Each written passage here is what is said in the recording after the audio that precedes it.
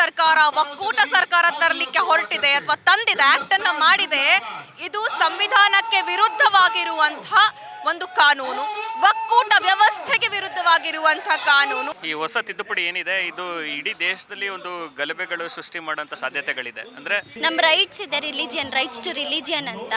ಆ rights to ರಿಲಿಜಿಯನ್ಗೆ ಇದು violate ಆಗ್ತಾ ಇದೆ. Once A Waqf always A Waqf. ಒಂದ್ಸಲಿ ವಫ್ ಕೊಟ್ಬಿಟ್ರೆ ಅದು ಪರ್ಮನೆಂಟ್ ವಫ್. ಅದು ಮುಸ್ಲಿಂ ಅಲ್ಲದಿದ್ರೂ ಕೂಡ ಮುಸ್ಲಿಂ ಪರವಾಗಿ ಕೆಲಸ ಮಾಡಲಿಕ್ಕೆ ಅವಕಾಶ ಇದೆ ವಕ್ಫ್ ಕಾಯ್ದೆಯಲ್ಲಿ. Any person can create a ವಕ್ಫ್. ಅದು ಮುಸ್ಲಿಂ ಅಂತಲ್ಲ, ಎನಿ ಪರ್ಸನ್. ಅಂದ್ರೆ ಪ್ರತಿ ಹಳ್ಳಿ, ಪ್ರತಿ ಒಂದು ಊರಲ್ಲೂ ಒಂದು ಅಯೋಧ್ಯೆ ತರ ಒಂದು ಸಿಚುವೇಶನ್ ಇವರು ಸೃಷ್ಟಿ ಮಾಡಕ್ಕೆ ಹೊರಟಿದ್ದಾರೆ. ಕೇಂದ್ರ ಸರ್ಕಾರ ಒಕ್ಕೂಟ ಸರ್ಕಾರ ತರಲಿಕ್ಕೆ ತಂದಿರುವಂತಹ ಈ ವಕ್ಫ್ ಬಿಲ್ ಏನಿದೆ, ಇದು ಸಂವಿಧಾನಕ್ಕೆ ವಿರೋಧವಾಗಿರುವಂತಹ ಬಿಲ್, ಈ ನಾಡಿನ ಒಕ್ಕೂಟ ವ್ಯವಸ್ಥೆಗೆ ವಿರೋಧವಾಗಿರುವಂತಹ ಬಿಲ್, ಈ ದೇಶದ ಅಲ್ಪಸಂಖ್ಯಾತರಾಗಿರುವಂತಹ ಮುಸಲ್ಮಾನರನ್ನ ದಬ್ಬಾಳಿಕೆ ಮಾಡಿ ಮಾನಸಿಕವಾಗಿ ಚಿತ್ರಹಿಂಸೆ ಕೊಡುವುದಕ್ಕಾಗಿಯೇ ತರಲಿರುವಂತಹ ಬಿಲ್ ಇದು. ರಾಜ್ಯದ ಹಕ್ಕುಗಳನ್ನ ಕಿತ್ಕೊಂಡಿದೆ. ಈ ವಕ್ಫ್ ಬಿಲ್ ನ ಏನಿತ್ತು ಅಥವಾ ವಕ್ಫ್ ಬೋರ್ಡಿನ ರೂಲ್ಸ್ ಗಳನ್ನ, ಗೈಡ್ಲೈನ್ಸ್ ಗಳನ್ನ ಏನು ರಾಜ್ಯ ಸರ್ಕಾರಗಳು ಅವರ ರಾಜ್ಯದಲ್ಲಿ ಇರುವಂತಹ ವಿವಿಧ ರೀತಿಯ ಮುಸ್ಲಿಂ ಸಮುದಾಯದ ಒಳಗಡೆ ಇರುವಂತಹ ವಿವಿಧ ರೀತಿಯ ಪಂಗಡಗಳನ್ನೆಲ್ಲವನ್ನ ಇನ್ಕ್ಲೂಡ್ ಮಾಡಿಕೊಂಡು ಮಾಡಬೇಕಾಗಿದ್ದಂತಹ ಒಂದು ಕಾನೂನನ್ನ, ಕಾಯ್ದೆಗಳನ್ನ ತನ್ನ ಸುಪರ್ದಿಗೆ ತೆಗೆದುಕೊಂಡು ಹಿಟ್ಲರ್ ಆಡಳಿತವನ್ನ ತೋರಿಸೋದಕ್ಕೆ ಮಾಡ್ತಾ ಇರುವಂತಹ ಕಾನೂನು ಇದು. ಇದು ವಫ್ ಬಿಲ್ ಏನಂದ್ರೆ ಇದು ನಮ್ದು ಕಾನ್ಸ್ಟಿಟ್ಯೂಷನಲ್ ಅಗೇನ್ಸ್ಟ್ ಹೋಗ್ತಾ ಇದೆ. ನಮ್ಮ ರೈಟ್ಸ್ ಇದೆ, ರಿಲಿಜಿಯನ್, ರೈಟ್ಸ್ ಟು ರಿಲಿಜಿಯನ್ ಅಂತ. ಆ ರೈಟ್ಸ್ ಟು ರಿಲಿಜಿಯನ್ಗೆ ಇದು ವೈಲೇಟ್ ಆಗ್ತಾ ಇದೆ. ಮತ್ತು ರೈಟ್ ಟು ಪ್ರಾಪರ್ಟಿ ಇದೆ, ರೈಟ್ ಟು ಪ್ರಾಪರ್ಟಿಗೂ ಇದು ವೈಲೇಟ್ ಆಗ್ತಾ ಇದೆ. ಅದಕ್ಕೆ ನಾವೆಲ್ಲರೂ ಇಲ್ಲಿ ಮುಸ್ಲಿಮ್ಸ್ಗಳು ಯಾವ್ಯಾವ ಸೆಕ್ಯುಲರ್ ಇದ್ದೀರಾ ಅವ್ರು ಬಂದುಬಿಟ್ಟು ಇಲ್ಲಿ ಪ್ರೊಟೆಸ್ಟ್ ಮಾಡ್ತಾ ಇದ್ದಾರೆ, ಗೌರ್ಮೆಂಟ್ಗೆ ಹೇಳ್ತಾ ಇದ್ದಾರೆ ಇದು ವಫ್ ಬಿಲ್ ವಾಪಸ್ ತಗೊಳ್ಳಿ ಅಂತ. ಬಿಕಾಸ್ ಇಂಡಿಯಾ ಏನಂದರೆ ಇದು ಡೆಮಾಕ್ರೆಟಿಕ್ ಕಂಟ್ರಿ ಇದು. ಇಲ್ಲಿ ಮುಸ್ಲಿಮ್ಸ್ ಬೇರೆ, ಹಿಂದೂ ಬೇರೆ, ಸಿಖ್ ಬೇರೆ, ಇಸಾಯಿ ಬೇರೆ ಇಲ್ಲ, ಎಲ್ಲ ಒಂದೇ. ಬರೀ ಇದು ಗೌರ್ಮೆಂಟ್ ಬಂದುಬಿಟ್ಟು ನಮ್ಮೆಲ್ಲಾಗೆ ಡಿವೈಡ್ ಆ್ಯಂಡ್ ರೂಲ್ ಮಾಡ್ತಾ ಇದ್ದಾರೆ. ಇದು ಬ್ರಿಟಿಷ್ ರೂಲ್ ಹೇಗಿದ್ರು ಆ ಥರ ಕಾಪಿ ಮಾಡ್ತಾ ಇದ್ದಾರೆ. ಇವತ್ತು ನಮಗೆ ಎಜುಕೇಷನ್ ಇದೆ, ನಾಲೆಜ್ ಇದೆ, ಏನು ಮಾಡಬೇಕು, ಹೇಗೆ ಮಾಡಬೇಕಂತ. ಅದಕ್ಕೆ ನಾವೆಲ್ಲರೂ ಇಲ್ಲಿ ಬಂದುಬಿಟ್ಟು ನಮ್ಮ ವಾಯ್ಸ್ ರೇಸ್ ಮಾಡ್ತಾ ಇದ್ದೀನಿ, ಬಿಲ್ ವಾಪಸ್ ತಗೊಳ್ಳಿ ಅಂತ.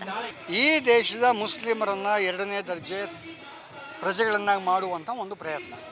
ಮುಸ್ಲಿಮರ ಮೂಲಕ ನಾಳೆ ಕ್ರಿಶ್ಚಿಯನ್ನ ಎರಡನೇ ದರ್ಜೆ ಪ್ರಜೆಗಳು ಮಾಡ್ತಾರೆ, ನಾಡಿದ್ದು ಸಿಖ್ರನ್ನ ಎರಡನೇ ದರ್ಜೆ ಪ್ರಜೆ ಮಾಡ್ತಾರೆ, ಜೈನರನ್ನ ಎರಡನೇ ದರ್ಜೆ ಪ್ರಜೆ ಮಾಡ್ತಾರೆ, ಆದಿವಾಸಿಗಳನ್ನ ಎರಡನೇ ದರ್ಜೆ ಪ್ರಜೆ ಮಾಡ್ತಾರೆ. ಇವರು ಎರಡನೇ ದರ್ಜೆ ಪ್ರಜೆಗಳನ್ನು ಮಾಡುವಂಥ ಒಂದು ಕಾರ್ಯಕ್ರಮ ಆಗಿದೆ. ಇದು ಮುಖ್ಯವಾಗಿರುವಂಥದ್ದು.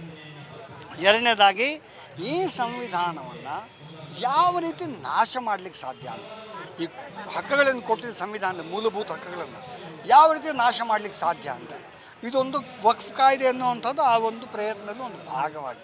ಅಂದರೆ ನೀನು ಮುಸ್ಲಿಂ ಅಲ್ಲ ಅಂತ ತೀರ್ಮಾನ ಅಂದರೆ ನಾವು ಮುಸ್ಲಿಂ ಆಗಿರೋನು ಪ್ರೂವ್ ಮಾಡ್ಕೊಳ್ಬೇಕಾಗಿ ಬರ್ತದೆ. ಇನ್ನೊಂದು ಸಿಂಪಲ್ ವಿಷಯ, ನಾನಿವತ್ತು ಅಥವಾ ನೀವು ಯಾರೇ ಆಗಲಿ ಒಬ್ಬರು ನಾನು ಇಸ್ಲಾಮನ್ನು ಒಪ್ಕೊಳ್ತೀನಿ ಅಂತಂದರೆ ಆ ರೀತಿ ನನ್ನ ಧರ್ಮವನ್ನು ಬದಲಾವಣೆ ಮಾಡಿಕೊಳ್ಳೋ ಹಕ್ಕು ನನಗೆ ಸಂವಿಧಾನ ಕೊಟ್ಟಿದೆ.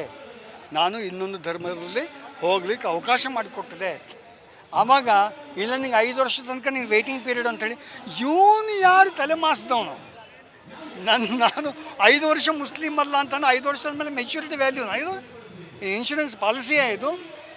ನಾನು ಧರ್ಮ ಅನ್ನೋಂಥದ್ದು ಇಂಥ ಒಂದು ತಿದ್ದುಪಡಿ ತರೋದು ಇದೆಯಲ್ಲ, ಈ ತಿದ್ದುಪಡಿ ತರಲಾಗಿದೆ. ಇದರಲ್ಲಿ ಒಬ್ಬ ವ್ಯಕ್ತಿ ಮುಸ್ಲಿಂ ಅಲ್ಲದಿದ್ದರೂ ಕೂಡ ಮುಸ್ಲಿಂ ಪರವಾಗಿ ಕೆಲಸ ಮಾಡಲಿಕ್ಕೆ ಅವಕಾಶ ಇದೆ ವಕ್ಫ್ ಕಾಯ್ದೆಯಲ್ಲಿ. Any person can create a ವಕ್ಫ್. ಅದು ಮುಸ್ಲಿಂ ಅಂತಲ್ಲ, ಎನಿ ಪರ್ಸನ್. ಕಾನೂನಲ್ಲಿ ಸ್ಪಷ್ಟವಾಗಿ ಬರೆದಿದೆ ಎನಿ ಪರ್ಸನ್ ಅಂತ. ಸೊ ಎನಿ ಪರ್ಸನನ್ನು ತೆಗೆದುಹಾಕಿ ಮುಸ್ಲಿಂ ಮಾತ್ರವೇ. ಅಂದರೆ ಏನು, ಮಿಕ್ಕವರು ಯಾವ ರೀತಿ ಮಿಕ್ಕ ಜನ ಏನಿದ್ದಾರೆ, ಕೋಟ್ಯಾಂತರ ಜನ ಏನು ಇಲ್ಲಿ ಫಾಲೋ ಮಾಡ್ತಿದ್ದಾರೆ, ಇಸ್ಲಾಮ್ನ ಸಾಕಷ್ಟು ಪ್ರಾಕ್ಟೀಸನ್ನು ಫಾಲೋ ಮಾಡ್ತಿದ್ದಾರೆ ಜನ. ಆ ಫಾಲೋ ಮಾಡ್ತಿರೋಂಥ ಜನನ ಇವತ್ತು ಕಟ್ ಮಾಡಲಿಕ್ಕೆ ಪ್ರಯತ್ನ ಮಾಡ್ತಿದ್ದಾರೆ. ಅಂದರೆ ಅವ್ರನ್ನ ಈ ಮುಸ್ಲಿಮ್ ದೂರವಾಗಿರಿ ಅನ್ನೋದು, ಅಂದರೆ ಒಂದು ಟಾರ್ಗೆಟ್ ಮಾಡಬೇಕಾಗಿರೋವಂಥದ್ದು. ಒಂದು ಜನರಲ್ಲಿರುವಂತಹ ಒಂದು ನಂಬಿಕೆ ಏನಿದೆ, ಅದು ಜಾತ್ಯಾತೀತ ಇರುವಂಥ ನಂಬಿಕೆ ಏನಿದೆ, ಜಾತಿ ಧರ್ಮದ ಮೇಲ್ಪಟ್ಟಿರುವಂಥ ನಂಬಿಕೆಗಳಿಂದ ಆ ನಂಬಿಕೆಗಳನ್ನು ನಾಶ ಮಾಡಲಿಕ್ಕೆ ಉದ್ದೇಶ ಇಟ್ಕೊಂಡು ದುರುದ್ದೇಶಪೂರ್ವಕವಾಗಿ ತಂದಿರುವಂಥ ಒಂದು ಕಾನೂನು ಇದು. ಮುಸ್ಲಿಂ ಪರವಾಗಿ ಯಾವನಾರು ಹೇಳಿದ್ನಪ್ಪ ಅಂದರೆ ನಗಬೇಕಾಗಿ ಬರ್ತದೆ. ಈ ಕಾನೂನು ತಂದಿರೋದು ಸಂವಿಧಾನ ವಿರೋಧವನ್ನು ಯಾವ ರೀತಿಯಾಗಿ ನಾವು ಅದನ್ನು ತುರುಕ್ಲಿಕ್ಕೆ ಸಾಧ್ಯ, ಹೇಗೆ ಸಂವಿಧಾನವನ್ನು ನಾಶ ಮಾಡಲಿಕ್ಕೆ ಸಾಧ್ಯ ಅನ್ನೋ ಪ್ರಯತ್ನದಲ್ಲಿ ಇದೊಂದು ಮುಖ್ಯವಾದ ಭಾಗ ಆಗಿದೆ. ಹಾಗಾಗಿ ಇವತ್ತು ಈ ಒಂದು ಕಾನೂನು ವಿರುದ್ಧ ನಾವೊಂದು ಜನಪರವಾದಂಥ ರಾಷ್ಟ್ರ ಮಟ್ಟದ ಹೋರಾಟ ಕಟ್ಟಬೇಕಾದ ಅವಶ್ಯಕತೆ ಇದೆ. ಪ್ರತಿಯೊಬ್ಬ ಪ್ರಜೆ, ಈ ದೇಶದಲ್ಲಿರುವ ಪ್ರತಿಯೊಬ್ಬ ಪ್ರಜೆಯ ಒಂದು ಕರ್ತವ್ಯ ಆಗ್ತದೆ. Every citizen's duty to fight against this law, because this is against the constitution. It's against the principles of the Constitution. It's against the belief systems of the Constitution. It's against the fundamental rights guaranteed under the Constitution. It's against the very ethos of this Constitution.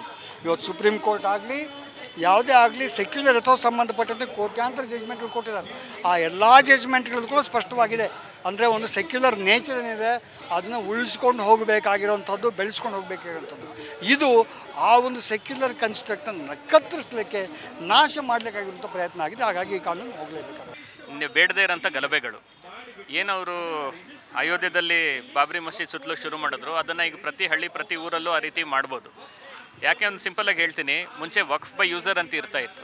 Waqf by user ಅಂತ ಹೇಳಿದ್ರೆ ಅದೊಂದು ಯೂಸೇಜಿಂದ ವಕ್ಫ್ ಆಗಿ ಇದಾಗಿರುತ್ತೆ. ಅದೊಂದು ದರ್ಗಾ ಆಗಿರ್ಬೋದು, ಸ್ಮಶಾನ ಆಗಿರ್ಬೋದು, ಮಸೀದಿ ಆಗಿರ್ಬೋದು. ಇವತ್ತು ಅವ್ರು ಹೇಳ್ತಾ ಇದ್ದಾರೆ ವಕ್ಫ್ ಬೈ ಯೂಸರ್ ಇನ್ನು ಮುಂದೆ ಅಲೋ ಮಾಡೋದಿಲ್ಲ. ಒಂದು. ಎರಡನೇದು, ಯಾವುದೇ ವಕ್ಫ್ ಪ್ರಾಪರ್ಟಿಗೆ ಯಾರಾದರೂ ಬಂದ್ಬಿಟ್ಟು ಇದು ಗೌರ್ಮೆಂಟ್ ಪ್ರಾಪರ್ಟಿ ಅಂತ ಹೇಳಿಬಿಟ್ರೆ ಅದನ್ನು ಗೌರ್ಮೆಂಟೇ ಡಿಸೈಡ್ ಮಾಡಬೇಕು, ಅದು ಗೌರ್ಮೆಂಟ್ ಪ್ರಾಪರ್ಟಿನ ಅಲ್ವಾ, ಅದಾಗೋ ತನಕ ಅದನ್ನು ಯೂಸ್ ಮಾಡೋಂಗಿಲ್ಲ. ಸೊ ಸಡನ್ಲಿ ನಾಳೆ ಒಂದು ಮಸೀದಿನ ಯಾರಾದರೂ ಇದು ಗೌರ್ಮೆಂಟ್ ಪ್ರಾಪರ್ಟಿ ಅಂತ ಹೇಳಿಬಿಟ್ರೆ ಅದನ್ನು ಯೂಸ್ ಮಾಡೋಂಗಿಲ್ಲ, ಒಂದು ಸ್ಮಶಾನನ ಯೂಸ್ ಮಾಡೋಂಗಿಲ್ಲ.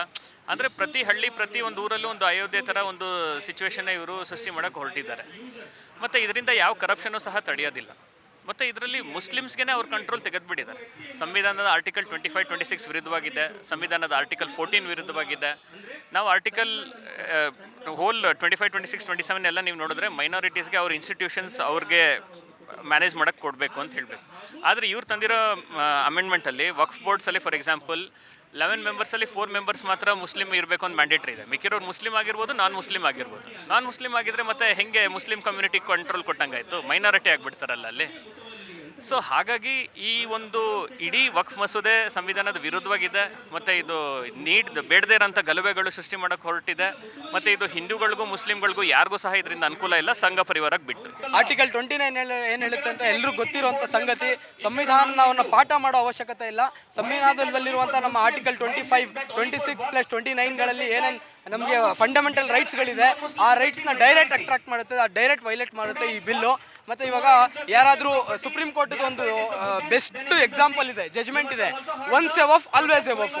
ಒಂದ್ಸಲಿ ವಫ್ ಕೊಟ್ಬಿಟ್ರೆ ಅದು ಪರ್ಮನೆಂಟ್ ವಫ್. ಅದು ಯು ಕೆನಾಟ್ ಯಾರೇ ಇಂಡಿವಿಜುವಲ್ ಬಂದ್ಬಿಟ್ಟು ಏನಾದರೂ ಪರ್ಟಿಕ್ಯುಲರ್ ಆಗಿ ಏನೋ ಅಂಗ್ಲಿ ಮಾಡೋಂಗಿಲ್ಲ, ಏನು ತೊಂದರೆ ಮಾಡೋಂಗಿಲ್ಲ. Once A Waqf always A Waqf ಅಂತ ಸುಪ್ರೀಂ ಕೋರ್ಟ್ ಆಲ್ರೆಡಿ ಡಿಕ್ಲೇರ್ ಕೊಟ್ಟಿದೆ.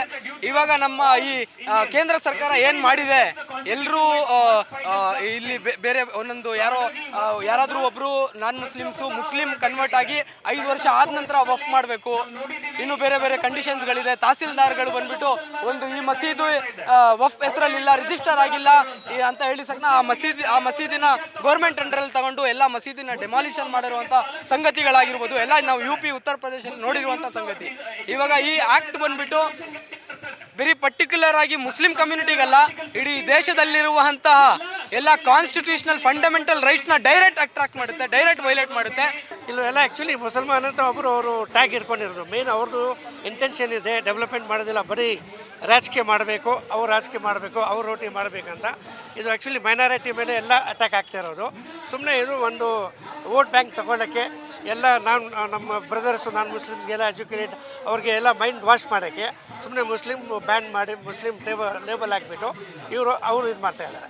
ಮೇನ್ ಇರೋದು ಈಗ ನಮ್ಮದು ದೊಡ್ಡ ಸುದ್ದಿ ಇರೋದು ಡೊನಾಲ್ಡ್ ಟ್ರಂಪ್ ಬಂದು ಈಗ ಟ್ಯಾರಿಫ್ ಹಾಕಿದ್ದಾರೆ 26%. ಅದು ತುಂಬ ದೊಡ್ಡದು. ಅದು ಎಷ್ಟು ವರ್ಷ 12 ವರ್ಷದಿಂದ ಏನೂ ಮಾಡಿಲ್ಲ. ಇನ್ಫ್ಲೇಷನ್ಗೆ ಏನು ಇದು ಮಾಡಿಲ್ಲ, ಜಾಬ್ ರಿಕ್ವೈರ್ಮೆಂಟ್ ಮಾಡಿಲ್ಲ. ಇದೆಲ್ಲ ಬಿಟ್ಬಿಟ್ಟು ಬರೀ ಇವರು ಮುಸ್ಲಿಮ್ಗೆ ಮೈನಾರಿಟಿ ಮೇಲೆ ಅಟ್ಯಾಕ್ ಮಾಡ್ತಾ ಇದ್ದಾರೆ. ಇಮಿಡಿಯೇಟ್ಲಿ ಒಂದು ರಾಷ್ಟ್ರದ ಅಧ್ಯಕ್ಷನಿ ತಕ್ಷಣ ಅಂಕಿತ ಹಾಕ್ತಾರೆ ಅಂದರೆ ಇದರ ಹಿಂದೆ ಏನೋ ಒಂದು ಹಿನ್ನೆಲೆ ಇದೆ ಅಂತಲೇ ಹೇಳ್ಬೋದು. ಇದು ನೇರವಾಗಿ ಮುಸಲ್ಮಾನರನ್ನು ಗುರಿಯಾಗಿಸಿಕೊಂಡು ನೇರವಾಗಿ ಅಟ್ಯಾಕ್ ಅಂತಲೇ ಹೇಳ್ಬೋದು. ಇದು ಸಂವಿಧಾನ ವಿರೋಧಿ ನಡೆಯನ್ನು ಖಂಡಿತ ನಾವು ದೇಶದ ಸಂವಿಧಾನ ಪರ ಮನಸ್ಸುಗಳು ಎಲ್ಲರೂ ಒಟ್ಟಾಗಿ ಈ ಒಂದು ಬಿಲ್ಲನ್ನು ಖಂಡಿಸಬೇಕು. ತಕ್ಷಣ ಈ ಬಿಲ್ಲು ವಾಪಸ್ ಪಡಿಬೇಕು, ರದ್ದು ಮಾಡಬೇಕಂತೇಳಿ ಈ ಒಂದು ಹೋರಾಟ. ಇದು ಸಾಂಕೇತಿಕವಾಗಿ ಇವತ್ತು ನಾವು ಒಂದು ಹೋರಾಟನ ಮಾಡ್ತಾ ಇದ್ದೀವಿ. ಇಡೀ ರಾಜ್ಯ ಮತ್ತು ದೇಶದಂಥ ಅಸಂವಿಧಾನಿಕ ಬಿಲ್ಲನ್ನು ತಕ್ಷಣ ವಜಾಗೊಳಿಸಬೇಕಂತೇಳಿ ನಮ್ಮ ಹೋರಾಟ ನಿರಂತರವಾಗಿರುತ್ತೆ. ಇದಕ್ಕೆ LGBTQI+ ಸಮುದಾಯವೂ ಸಹ ಬೆಂಬಲವಾಗಿ ಒಂದು ಧ್ವನಿಯನ್ನು ಎತ್ತಾ ಇದ್ದೀವಿ. ಮಾನ್ಯ ಮೋದಿ ಅವರೇ ತಕ್ಷಣ ಇದನ್ನ ತಾವು ರದ್ದತಿಯನ್ನ ಮಾಡ್ಬೇಕಂತೇಳಿ ಒತ್ತಾಯಿಸ್ತಾ ಇದ್ದೀವಿ. ನಮ್ಮ ಕಾರ್ಯಕ್ರಮಗಳನ್ನ ನೀವು ನೋಡ್ತಾ ಇದ್ರೆ ನಮ್ಮ ಚಾನೆಲ್ ಅನ್ನ ಸಬ್ಸ್ಕ್ರೈಬ್ ಮಾಡಿ ಪಕ್ಕದ ಬೆಲ್ ಐಕಾನ್ ಒತ್ತಿ ನಮ್ಮನ್ನ ಬೆಂಬಲಿಸಿ. ಹಾಗೆ ನಮ್ಮ ಕಾರ್ಯಕ್ರಮಗಳನ್ನ ಲೈಕ್ ಮಾಡಿ, ಕಮೆಂಟ್ ಮಾಡಿ, ಅದನ್ನ ಬೇರೆಯವರಿಗೂ ವಾಟ್ಸ್ಆಪ್ ಮೂಲಕ ಶೇರ್ ಮಾಡಿ.